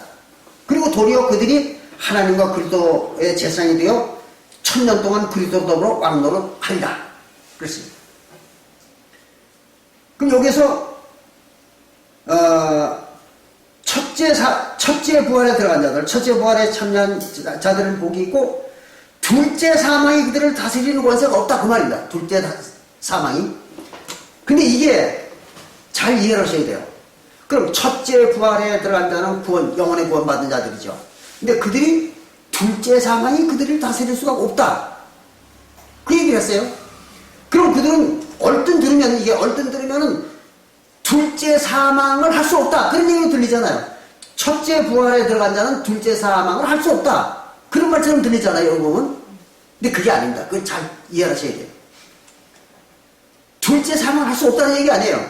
첫째 부활을 했던 자들 중에서도 성령을 해방하면 어떻게 돼? 둘째 사망이 들어가잖아요. 근데 그들이 둘째 사망이 안 들어간다는 말이 안 되는 거잖아요. 그런데 여기 첫째 부활에 들어간 자들이 둘째 사망이 그들을 다스리는 권세가 없다. 그 말은 무슨 말이냐면 첫째 부활을 한 영혼들은 둘째 사망을 받지 않는다. 그 말은 무슨 말이냐면 첫째 부활을 받고 그냥 있는 자들, 그냥 있는 자들. 첫째 부활을 받고 그냥 있는 자들은 둘째 사망이 그들을 건드리지 못한다. 그래요. 두 번 못 죽인다. 이런 사람들 갖다가. 바로 그 얘기예요. 그게 어려운 거예요. 이 문장이. 첫째 부활에 들어가고도 그대로 그걸 유지하는 자들은 둘째 사망이 그들을 어떻게 해할 수가 없다는 거예요. 그럼 누구만 해할 수 있느냐? 둘째 사망이 집어넣을 수 있느냐? 그러면 첫째 부활에 들어갔다가 그거를 버린 자들 스스로 그걸 지키지 않고 자기들이 그걸 버린 자들이에요. 그게 뭐야? 성령 해방이죠. 성령을 해방한 자들은 버린 자들이에요. 자기가 첫째 부활을 갖다 버린 자들이라고. 그렇잖아요. 첫 번째 성령을 받았다가 그걸 버린 거예요. 저들이 스스로 회방했거나 또는 거역한 거죠. 이제 그 자들이 둘째 사망에 들어갔다 그랬죠. 아까 보니까. 그러니까 스스로 버린 자들은 첫째 부활에 들어갔다가 스스로 버린 자들은 둘째 사망에 들어가는 거예요. 그러나 스스로 버리기 전에는 자기 스스로 그걸 포기하기 전에는 절대로 둘째 사망이 그들을 다스릴 수가 없다 이거예요. 이게 그 말입니다. 굉장히 어려운 거예요. 이 문장이. 그냥 여기에 써있는 그 말의 줄거리대로 우리가 이해를 한다 그러면 첫째 부활에 들어간 자들이 절대로 둘째 사망에는 안 들어간다 이 말과 같은 게 되잖아요. 그러면은 첫째 부활에 들어갔던 자들도 성령 해방죄를 지면은 둘째 사망에 들어간다고 아까 봤잖아요. 그죠? 나와 있잖아. 그럼 그걸 어떻게 설명할 거냐? 말이 안 되는 거지. 그게 아니라 첫째 사망에 들어가면 첫째 부활에 들어가면 그건 끝이다 이거야. 왜? 둘째 부활은 없으니까. 첫째 부활이 끝이거든요. 둘째 부활은 없으니까. 그래 첫째 부활에 들어간 자는 둘째 사망이 그들을 어떻게 할 수 없다. 다만 지가 스스로 그걸 버리거나 회방한 자, 둘째 사망으로 기어가는 놈, 그거는 둘째 사망에 들어간다 이거예요. 그러나 첫째 부활에 들어간 자는 거기서 다시 죽었다 또 부활은 안 된다 이거죠. 그러니까 둘째 사망이 그들 갖다 어찌 할 수 없다. 그러니까 다스리지 못한다. 그런 얘기입니다. 그게 매우 어렵습니다. 이야기가. 그래서 다스리는 권세가 없고 도리어 그들이 하나님과 그리스도의 재산이 되어 천년 동안 그리스도로 왕노하리라. 하늘의 왕이에요. 하나님이죠. 그리고 하나님이 되어버린 그 자들 갖다가 둘째 사망은 절대 건드릴 수가 없는 거예요. 지가 하나님의 지위를 버리기 전에는, 스스로 버리기 전에는 그들을 다스릴 권세가 없는 거예요. 바로 그 얘기입니다. 그래가지고 그 뒤에 뭐라고 나와냐면 7절에 천년이 참해. 천년이 다 차니까 그러면 1952년 이후가 되네 그 말이에요. 1952년 이후가 되네.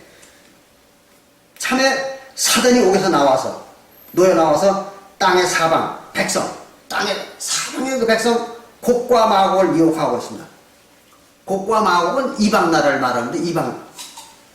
그래서 이제 곡과 마곡은 이방을 얘기합니다. 구약 성경에 보면 그 이제 이방 땅으로 나옵니다. 그 곡과 마곡이라는. 그래서 그 전혀 하나님과도 관계가 없고 또 에돔 족속과도 관계가 없어요. 이거는 이 곡과 마곡은 에돔 족속이 아닙니다. 그러니까 하나님과는 전혀 관계가 없는 놈들을 미혹해가지고 그 누가 하는 거예요? 천주교가 그렇게 한 거죠. 천주교. 그 미혹해가지고 모아서 싸움을 지르니 서로 싸우는 거예요. 팔을 하려고 이제 네가 옳다 내가 옳다 뭐 맨날 싸우고 영국에서는 막 성공회가 나타나가지고 난리를 치고 그런 현상이 나타났던 거예요.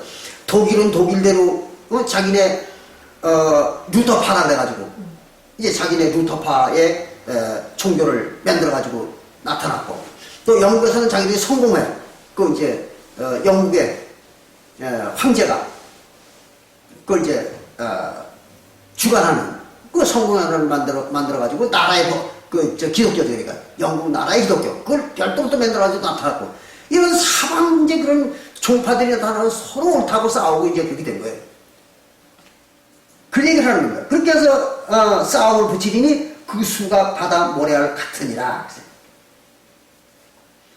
그리고 저희가 지면에 널리 퍼져가지고 성도들의 진과 사랑하시는 성을 두루매 그래서 여기 어려운 얘기가 많이 나옵니다. 그럼 성도들의 진과 사랑하는 성이 무슨 얘기냐면 예루살렘 성이죠. 시브리서 12장 22절에 나오는 그 예루살렘 성입니다. 새 예루살렘 성. 그럼 이건 뭐예요? 구원받은 성도들의 있는 곳, 성도들이 있는 곳이죠. 그럼 그건 어디 있는 거예요? 이때는 땅에 있는 게 아닙니다. 이건 이제 하늘에 있는 겁니다. 올라가 있어요. 그걸 하늘에 올라가 있어요. 그거를 둘렀다. 그 말은 무슨 말이냐? 그 주변에서 떠나지 않고 있다. 그들이. 그래서 자기들이 이제 자기네를 갖다가 하늘 예루살렘이라고. 그렇게 자칭하기도 하고. 그래서 이 뒤에 보면 이제 참남된 그 이름을 많이 붙였다. 그런 말이 나옵니다. 앞으로. 그렇게 해가지고 그 성도들은 이미 하늘에서 왕노릇하고 있어요. 그런데 그 주변에서 이제 자기들이 그 행세를 하려고 난리를 치는 겁니다. 그래서 성도들이 진과 사랑하시는 성을 두루매 하늘에서 불이 내려와 저희를 소멸하고 그래서 하늘에서 불이 내려와 하나님의 말씀이 이때는 하늘에 내려왔다는 게 무슨 말이냐면 하나님의 말씀이 그들을 심판한다. 멸망을 시킨다는 겁니다. 심판이 아니라 멸망. 그래서 그들을 이제 소멸하고 또 저희의 미혹하는 마귀가 불과 유황 곳에 던지우니 거기는 그 짐승과 거짓 선자도 있어서 세세토록 밤낮 괴로움을 받으랴. 요겁니다. 밤낮 괴로움 받는 거예요. 세세토록. 그게 누군가 하면 바로 짐승과 거짓 선지자입니다. 그 거짓 선지자들은 유대인들이었던 거죠. 그냥 유대인들의 영혼과 짐승은 로마잖아요. 그래서 로마의 지난 2000년의 역사죠. 그러니까 천 몇백 년 역사죠. 그때 이제 그 말할 수 없는 고통을 받았다는 거죠. 그들이. 그러니까 세세토록 밤낮 괴로움 받아요. 그 지금까지도 받잖아요. 그들이. 아까도 이제 우리가 그 사석에서 조금 얘기했지만 그들에는 뭐가 없어요? 자유가 없잖아요. 자유를 주지 않은 거예요. 그들이. 근데 자유가 없어요. 없으니까 항상 자유가 없는 자들은 고통의 연속입니다. 그리고 그보다 더 큰 고통을 받은 자들이 누구예요? 유대인들이죠. 선지자들, 거짓 선지자들. 그들이 지난 2000년 동안 오늘날까지도 이제 말할 수 없는 고통을 받았던 거죠. 나라도 없고 민족도 없고 이제 그런 겁니다. 그러고 보니까 거기에 이제 어떤 얘기가 나옵니다. 11절에 또 내가 보니 흰 보좌와 그 위에 앉으신 자가 보니 땅과 하늘이 그 앞에서 피하여 간데 없더라. 그랬어요.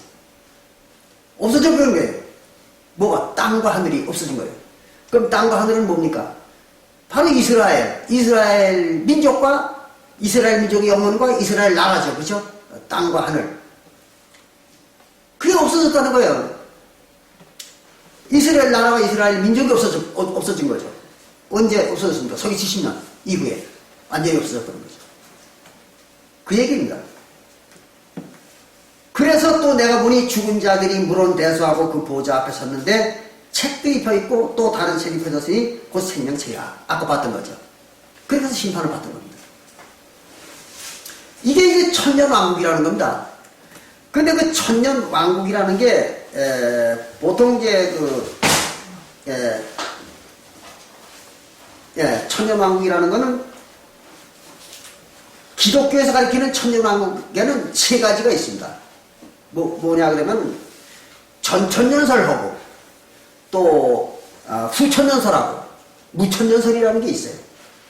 그건 뭐 그들이 가르치는데 사실 뭐 따지고 얘기할 가치도 없는 거예요. 근데 뭐 하도 그 사람들이 그런 얘기를 하니까 그냥 참고로 잠깐 설명을 드리는 거예요. 전천년설이라는 게 무슨 얘기냐 그러면은 예수가 재림을 하는데 천년왕국 이전에 천년왕국 이전에 재림을 한다는 거예요. 그런데 예수님이 재림은 언제 했습니까? 바로 예수님 부활하던 날 재림한 거잖아요. 예수님이 부활하던 날 재림한 거예요. 그게 이제 요한복음 20장 20절부터 22절에 나와 있잖아요. 그때 예수님의 제자들이 있는데 나타나신 거 아니에요. 그게 뭐 재림이죠. 그거를 예언한 게 어디 나온 겁니까? 바로 마태복음 16장 27절과 28절에 나온 거잖아요. 마태복음 16장 27절과 28절에 보니까 예수님이 그랬잖아요. 내가 다시 오는데 너희들이 여기 서 있는 너희들이 다 죽기 전에 내가 다시 올 터인데 그때 내 아버지의 영광을 가지고, 그 말은 무슨 하나님의 영광을 가지고 온다고 말은 하나님의 영광의 모습으로, 그런 얘기죠. 성령이죠. 그 모습으로 내가 천사들과 함께 오리니 그때 이제 심판하리라 했잖아요. 행한 대로 갚으리라. 그러면 그게 언제? 바로 예수님이 부활하던 날 재림한 거예요. 근데 그걸 갖다가 뭐 천년 왕국이 있기 전에 재림을 한다느니 무슨 그 후에 재림한다니 이러고 떠들고 있는 거예요. 그 어떤 교파에서는 뭐 오늘날 재림, 2000년이 지난 오늘날 재림한다고, 또 재림을 했다고 이렇게 또 주장하는 사람들도 있고, 뭐 별 사람들 다 있죠. 그리고 이제 후천년설이라는 게 뭐냐 그러면, 전천년설은 천년왕국 이전에 예수가 재림한다는 거고, 후천년설은 예수가 천년왕국이 지난 다음에 예수가 부활한다는 거예요. 그리고 이제 무천년설이라는 건 천년왕국이라는 게 없고, 그래도 그건 조금 깨달은 사람들이죠. 천년왕국이라는 게 없고 그냥 예수가 재림할 것이다. 그게 무천년설이에요. 그럼 그 사람들도, 그 기독교인들도, 그럼 천년왕국이라는 그 천년이 언제부터 언제까지가 천년이냐 이렇게 물으면 몰라요. 그걸 모른다. 언제부터 언제까지가 천년인지는 모르고 그냥 천년만이라고, 천년왕국이 임한다고 그렇게 얘기한다 그래요. 그 심지어는 안상홍 증인에서는 어떻게 가르치냐면 이렇게 가르친다. 안상홍 증인에서는 곧 이제 얼마 안 있으면은 천년왕국이 임한다는 거예요. 이 땅에. 그래가지고 이제 그 천년왕국이라는 그 왕국이 이 지구에 나타난다는 거죠. 하늘에서 내려온다는 거예요, 천년왕국이. 그래가지고 이제 천년 동안 구원받은 자들이 왕으로 산다는 겁니다.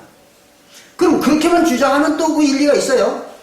뭐 언제 올지는 모르지만 또 천년왕국이 뭐 올지 안 올지 아무도 모르는 거니까, 그렇게 해서 말하면은 그게 뭐 그런 주장을 할 수도 있겠다. 워낙 그걸 모르니까 사람들이.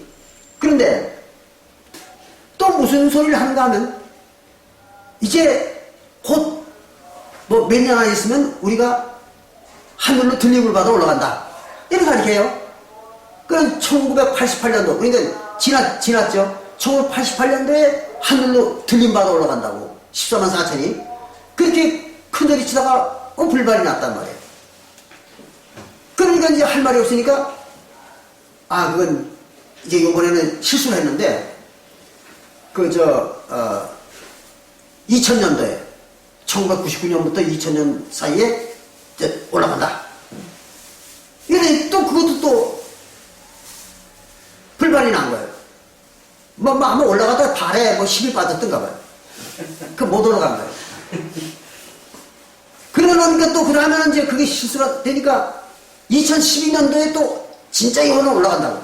아주 큰 소리 당당 치더라고요. 그래서 2012년에 뭐 올라가긴 뭘 올라가요? 아직도 저러고 앉아있는 거죠. 그것도 이제 실수를 한 거예요. 그랬더니 이제 한동안 또 조용하더니 요즘에 와가지고 이제 올라갈 때가 또 됐다고 또. 곧 올라간다. 그게 몇 년도냐 그랬더니 지금은 말할 수 없고 하여튼 올라간다고. 연도는 말할 수 없고 이제 또 올라간다는 거예요. 내가 이런 답변을. 그럼 지들이 올라간다, 여러 번 올라간다고 해놓고는 또 천년왕국이 내려온다는 거예요? 이거 어떻게 된 거예요? 천년왕국이 내려오면 올라갈 필요가 없잖아요. 그렇잖아요. 여기서 천년왕국의 땅에 온다고 주장했으면은 땅에서 왕노릇 하는 거 아니에요? 자기들이 하나님하고 그리스도하고. 근데 또 한쪽에서 또 저들이 올라간다고 또 떠들어 놓고 또 내려온다고 떠들어 놓고, 이게 뭐야? 내려오는 거야? 올라가는 거야 도대체? 정신 하나 도는 사람들이라고. 무슨 얘기를 떠들고 있는 건지, 참. 그러니까 완전히 이게 뇌가 없어요, 뇌가. 그 사람들은 뇌가 없는 거예요. 어떻게 그렇게 바보 같은 소리를 하냐고. 내려온다고 해서 내려오는 걸 기다려야지. 뭐 또 올라간다고 그래. 응? 올라간다고 해서 또 내려오는 게 없어야지. 그렇잖아요. 이게 제정신이에요. 참, 한심한 인간들이죠. 그래서 그걸 옳다고. 그런가 하면 또 개신교에서는 뭐예요? 공중재림이라는 얘기를 또 하잖아요, 공중재림. 그 공중에 왔다는 거죠. 그러니까 이제, 여호와의 증인교회 같은 데서는 뭐냐면 하나님이 공중에 왔다는, 예수가 공중에 오셨다는 거예요. 공중재림을 했다는 겁니다. 지금 공중에 와 있다는 겁니다. 그 구름 속에서 뭐 하시는지는 모르지만, 예수님이 구름 속에 앉아가지고 뭘 하는지 모르지만, 어쨌든 공중에 와 있다는 거예요. 이런 참, 그래, 사람들이 예수를 못 보니까, 그렇게 거짓말 해도 할 말이 없는 거죠. 참 아주 희한한 사람들이잖아요. 이건 사람들을 속이려니까, 그렇게 볼 수가 없는 거. 그런 얘기를 만들어가지고, 공중에 와 있다고. 이렇게, 여호와의 증인께는 속여요. 그런가 하면 일반 기독교애들은 이제 우리가 공중에 올라가야 그리스도를 공중에 영접한다. 그래가지고 이제 그 공중에서 예수님이 오셔가지고 같이 영접해가지고 이제 영원히 산다. 또 이렇게 얘기하잖아요. 그 전에 다미 선교회니 뭐 이런 데서 그 공중 휴거 설, 그 공중 휴거설을 주장하는 교회들은 다 그렇게 얘기하는 겁니다. 그게 이제 뭐 때문에 그러냐면 데살로니가전서 4장 16절과 17절을 잘못 해석해가지고 그런 거예요.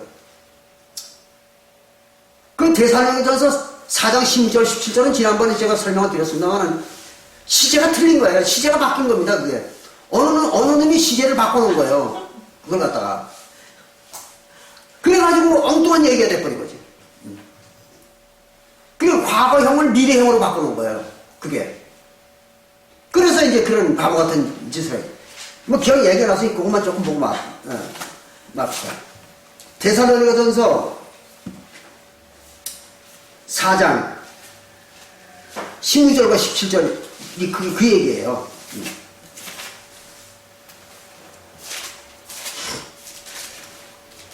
여기 보면 이제 이런 말이 나오죠. 데살로니가전서 4장 16절과 17절에 보면 주께서 호령과 천사장의 소리와 하나님의 나팔로 친히 하늘로 쫓아 강림하시니 하늘에서 내려온다는 거예요. 누가? 예수님이 하늘에서 내려온다는 거죠. 근데 이거 어디서 들어본 것 같잖아요. 조금 아까 우리가 들었잖아요, 이 말을. 요한복음 5장에 나오는 얘기잖아요. 그 요한복음 5장에 예수님이 내가 하늘에서 내려왔다 그랬잖아요. 그 얘기예요. 그러니까 예수님이 하늘에서 내려왔어요. 그래서 강림하시리니 그리스도 안에서 죽은 자들이 먼저 일어나 보세요. 그리스도 안에서 죽었다. 그 말은 무슨 말이냐면 그리스도 안에서 죽었다는 얘기는 그리스도가 한 몸이 돼가지고 죽었다는 얘기죠. 그러니까 이건 영혼이 아닙니다. 이거는 육신입니다. 그걸 잘 이해하셔야 돼요. 죽은 자들이 이렇게 얘기하면 그건 영혼이 죽은 겁니다. 근데 그리스도 안에서 죽은 자들 이러면은 이건 육신이 죽은 걸 얘기하는 거예요. 왜냐하면 그리스도 안에서 죽었다는 얘기는 그리스도가 한 몸이 돼가 죽었다는 얘기죠. 그럼 그리스도가 한 몸이 된 것은 뭐 영혼이죠. 그러니까 그리스도가 한 몸이 됐으니 영혼이 한 몸 됐으니까 산자예요. 못 죽는 거죠. 죽고 싶어도 못 죽는 거잖아요. 그런데 그들이 죽었다면 육신이 죽은 걸 얘기하는 거예요. 그렇기 때문에 그 13절에 데살로니가전서 4장 13절에는 그 명확히 육신이 죽었던 걸 나옵니다. 설명이 거기에. 그래서 거기 이랬어요. 13절에 형제들아 자는 자들에 관하여는 것을 육신이 죽은 자들, 자는 자들, 잠자는 자들 그 육신이 죽은 자들에 관하여는 너희가 알지 못함을 우리가 원치 아니하노니 이는 소망이 없는 다른 이와 같이 슬퍼하지 않게 하려 함이라. 슬퍼하지 않게 하려고 그런다. 왜? 육신이 죽었으면 슬프잖아요. 그래 영혼이 죽은 자를 보고 우는 분 봤어요?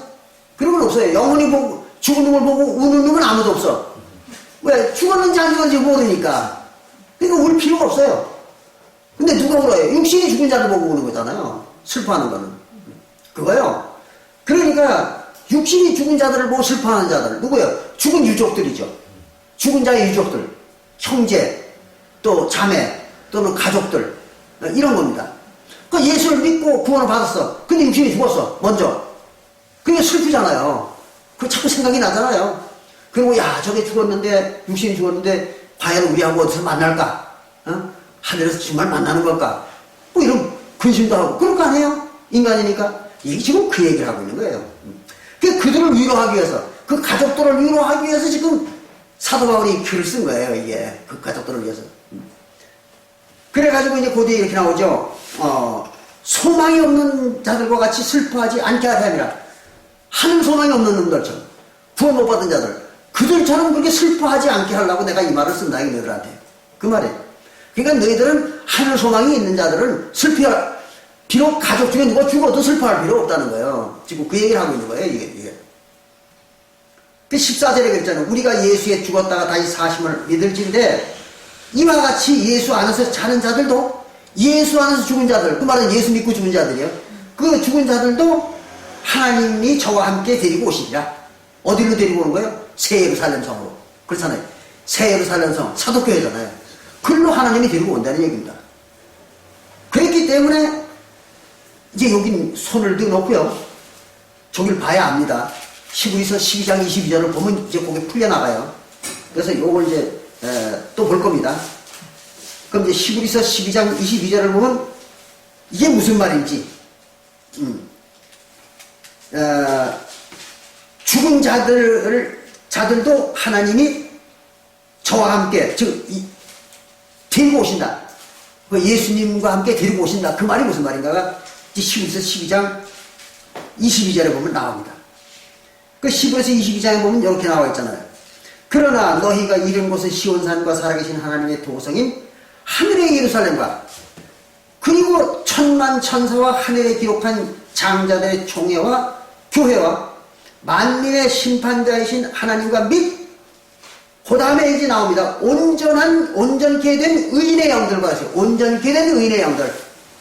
그 온전케 된 의인의 영들이 누구예요? 구원받은 영혼들이죠. 그렇잖아요. 영생받은 영혼들이요. 그들이 바로 이제 온전케 된 의인들이라고, 의인의 영혼들이란 말이에요. 그게 어디 있는 거예요? 새 예루살렘 성에 와 있는 거예요. 이미 죽었지만 그 영혼들은 와 있는 거예요. 새 예루살렘 성. 어디에? 사도교회. 같이 와 있는 거예요, 지금. 예. 그래, 이걸 써놓은 거죠, 여기에. 그들이, 영들과 세원에게 중보신 예수와 및 아벨의 피보다 더 낫게 말하는 뿌린 피니라. 그런 것들이 있는 곳이다, 이게. 어디가? 새 예루살렘 성. 사도교회입니다. 거기에 다 있다, 이거야. 예수님도 와 있고, 하나님도 와 계시고, 또 구원받은 영혼들도 다 와 있고, 같이 있다는 거예요, 같이. 왜? 천국은 같은 공간에 있는 거니까, 그렇잖아요? 그래서 이제 성령을 받은 자는 다 같은 공간에 있는 거잖아요. 예. 그래, 같이 우리하고 있다, 여기에. 그러니까 슬퍼하지 말라, 이런 얘기입니다. 그 얘기를 하고 있는 거예요. 다시 넘어갑니다. 데살로니가전서 4장.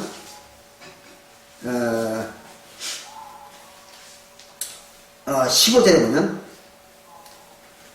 그래서 우리가 주의 말씀으로 너희에게 이것을 말하노니 주 강림하실 때까지, 예수님이 강림하실 때, 다시 오실 때, 예수님이 언제 다시 오실까요? 서기 70년입니다. 서기 70년의 마지막 심판 때 육신으로 오는 게 아닙니다. 이거는 그때 이제 성령으로 역사하시는 겁니다. 그걸 얘기하는 거예요. 그래서 전도하고 교회를 운영하는 것은 구원 주고 전도하고 교회 운영하는 것은 사도들에게 다 위임을 했죠. 예수님이 올라가실 때. 그러나 마지막 심판에 이제 정리하는 거, 그거는 이제 예수님이 직접 오시는 겁니다. 그걸 얘기하는 거예요. 그때 이제 서기 70년에 이제 마지막 정리를 하실 때, 그 말입니다. 그래서 그때 이제, 강림하실 때까지 우리 살아남아 있는 자도 그렇습니다. 그러니까 아직 안 죽은 자들, 구원받고 아직 육신이 안 죽은 자들, 그들도 자는 자들보다 죽은 자들보다 결단코 앞서지 못하리라. 이것도 사실은 기억이 잘못된 겁니다. 앞서지 못하는 게 아니에요. 더 낫지 못하리라. 그 말입니다. 우리가 아직 안 죽었다고 해서 그 죽은 자들보다 우리가 더 낫지 않다 이래. 형편이. 뭐 죽은 자들도 다 여기 와 있는데 뭐 구원받고. 그런 얘기입니다. 그래서 못하리라. 주께서 호령과 천사장의 소리와 하나님의 나팔로 바로 새 언약의 진리죠. 그것으로 친히 하늘로부터 쫓아 강림하시리니 그리스도 안에서 죽은 자들이 먼저 일어나고 그랬어요. 그리스도 안에서 죽은 자들이 먼저 일어나고 바로 요겁니다. 요게 시제를 바꾸는 거예요.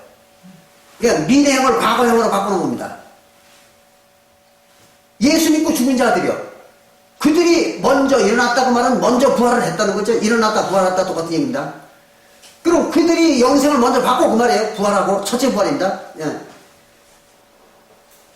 그런데 여기 보니까 먼저 일어나고 그랬어요. 그러면 그들이 그러니까 그리스도 안에 죽은 자들이 우리보다 그들보다 먼저 일어나고 그 후에 우리 살아남은 자도 저와 함께 구름 속으로 끌어올려 간다 그랬어요. 이거는 그들이 이미 먼저 구원받았다는 얘기죠. 그런 것이 죽은 자가 다시 일어나는 건 아닙니다. 그런데 여기 일어나고 그런데 이거는 장차 그 후에 이루어질 일이에요. 그러니까 과거 일이라고 과거. 그게 원래 과거형이에요 이게. 근데 지금 여기에는 미래형으로 써 있는 거예요.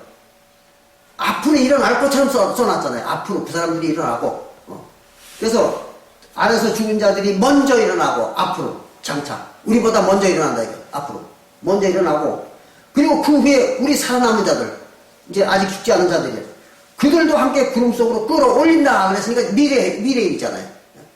그럼 같이 끌어올라가는 거예요.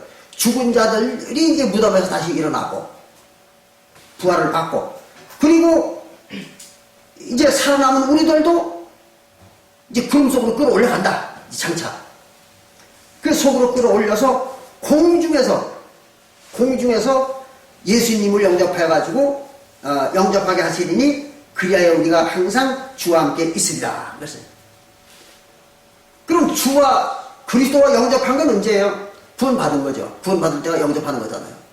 그럼 어디에서? 공중이라는 말은 천국에서 말이에요. 공기 또는 하늘, 궁창 똑같은 거예요. 공기, 공중, 하늘, 궁창 똑같은 겁니다. 그래서 천국 그 말이에요. 그거는 하나님의 나라 천국. 거기에서 이제 예수님을 영접한다. 그 말은 사도교회에서 구원을 받음으로써 성령을 영접한다. 똑같은 얘기예요. 그러니까 이건 이미 과거의 일이 과거의 일. 다 이미 끝난 거잖아요. 과거에 구원받은 거 아니에요, 이 사람들이. 그러니까 편지니까 이거 사도 바울이 편지한 거니까. 근데 장차 이루어질 것처럼 기억을 해놨잖아요. 미래형처럼. 그래서 구름 속으로 끌어올려서 공중에서 하늘에서 예수님을 영접하시리니 우리가 항상 주와 함께 있으리라. 주와 함께 있는 자는 뭐예요? 성령과 한 몸이 되어서 살 것이다. 그런 얘기죠. 그럼 뭐 이미 이루어진 거잖아요, 이건. 구원 받았으니까. 근데 이걸 갖다 그렇게 있으리라 하고 미래형으로 만들어놨잖아요. 그러니까 그런 여러 말로 서로 위로하다. 그 말은 무슨 말이냐면 죽은 가족들을 위로해 주라는 거예요. 그런 말로. 그 이미 네 가족 중에 구원받고 죽은 자들이 어디 가버린 게 아니라 사도교회에 와서 우리와 같이 있다. 근데 그들이나 우리나 다 이미 하늘에서 하나 그리스도에 영접해가지고 그래가지고 항상 같이 있는 거다. 영원히 같이 있는 거다. 그런 말로 위로하는 겁니다. 그래, 이거는 이제 미래형이 아니에요. 근데 이걸 일반 기독교에서는 미래형으로 가리키죠. 그래서 이제 얼마 안 있으면 예수가 공중 재림한다. 그러면은 그때 이제 우리가 끌어올려가가지고 휴거 끌어올려가가지고 거기서 예수를 공중에서 만나가지고 그리고 이제 항상 같이 있을 것이다. 어디 같이 있다는 거예요? 공중에 있다는 거죠. 그럼 공중에서 뭐 하는지는 모르겠지만 어쨌든 공중에서 같이 영원히 있을 것이라는 거예요. 공기가 좋아서 거기 올라가 있는지는 그건 모르겠지만 거기 올라가서 뭐 하는 거야 도대체? 땅에서 살면 무슨 뭐가 잘못되는 게 있어요? 그렇잖아요? 그것도 영혼이 무슨 땅에 살고 공중에 살고 그게 무슨 의미가 있는 거예요? 영혼의 세계는 땅과 공중과 이렇게 3차원적 생태하고는 전혀 관계가 없는 겁니다. 그래서 지구가 다 오염이 돼가지고 망가지든 뭐 어떻게 되든 구원받은 영혼들에게는 아무 의미가 없는 거예요. 만약에 그런 거에 영향을 받는다면 그 영혼의 세계에서 그런 거에 영향을 받는다 그렇다면 우주를 어떻게 마음대로 돌아다니며 살겠어요? 사방에서 뭐 빅뱅이 일어난다 또는 블랙홀이 블랙홀에 빨려 들어간다 뭐 이런 것들이 막 있는데 그걸 피해 다니려고 바쁠 거 아니에요? 우주에서 빅뱅 근처에 갔던 그 우도 터져가지고 박살이 날 거고 블랙홀 근처에 가다가 내다 빨려 들어가가지고 뭐 아주 박살이 날 거 아니에요? 그래 그걸 피해 다니려니 그게 우주에서 그게 말이 됩니까? 그러니까 그런 거 하고 이 3차원적 그런 질서, 존재 질서하고 하나님의 세계의 영들의 질서에는 아무 의미가 없는 겁니다. 그 우리는 저거 똑같은 거죠. 뭐 비유가 될란지는 모르지만 우리는 이 땅을 걸어갈 때 뭐 거침없이 걸어가잖아요. 거침없이 걸어갑니다. 그런데 어린 조그마한 그 벌레들은 땅을 가려면 한참 더듬거려야 되잖아요. 왜 높은 데도 있고 낮은 데도 있고 뭐 요만한 돌멩이가 있어도 그걸 돌아가야 되고 이렇잖아요. 그러니까 그 인간의 생태 질서와 벌러지의 생태 질서가 다른 거죠. 그리고 또 여러분들 우리 인간들의 같은 동물이라도 인간들이 만약에 저 아프리카나 이런 산꼭대기 가가지고 들고 뛰어봐요. 어떻게 되겠어요? 맨날 얻어 터져가지고 뭐 상처가 나고 살겠어요? 거기서 막 들고 뛰어봐요. 어떻게 되겠는가? 그런데 산에 있는 신선들은 그 험한 산을 마음껏 달려도 넘어지는 법도 없고 어디 다치는 법도 없고 뭐에 부딪히는 법도 없고 전혀 의미가 없어요. 여러분들 저한테 그 책 빌려다가 보신 분들은 알 거예요. 삶의 길이라는 책. 거기 보면 나오잖아요. 그렇게 나무가 많고 돌멩이가 많고 막 험한 산을 평지 걸어가는 사는 거예요. 평지를 걸어가는 것처럼 걸어가는 거예요. 유유자적하게. 그게 누구예요? 신선들이 그렇게 사는 겁니다. 그들에게는 그런 게 지장을 받지 않는 거예요. 그런 것들이. 그 왜 그래요? 우리 평범한 사람들과 그 사람들의 생태 질서가 틀린 겁니다. 이게. 그러니까 하나님의 세계와 보통 3차원 세계의 생태 질서가 완전히 틀리기 때문에 3차원 세계에서는 어떤 변화가 나타나고 어떤 어려움이 나타나더라도 그 세계와는 아무 관계가 없는 거예요. 그래서 이제 하나님과 하나님의 나라에서 영접해가지고 이제 영원히 우리가 살리라. 근데 이미 우리는 그 세계에 들어간 거잖아요. 이미 들어간 겁니다. 우리 영혼은. 근데 다만 이제 이 마지막 요 사명이 좀 남은 게 있기 때문에 이것 때문에 지금 와가지고 이제 이런 어려움을 겪는 거지. 우리 영혼은 이미 그 상태에 들어가 있는 겁니다. 그래서 오늘은 그 부활의 여러 가지 형태가 있지만 그 중에 이제 몇 가지만 다시 한번 알아보는 시간을 가졌습니다. 네, 감사합니다.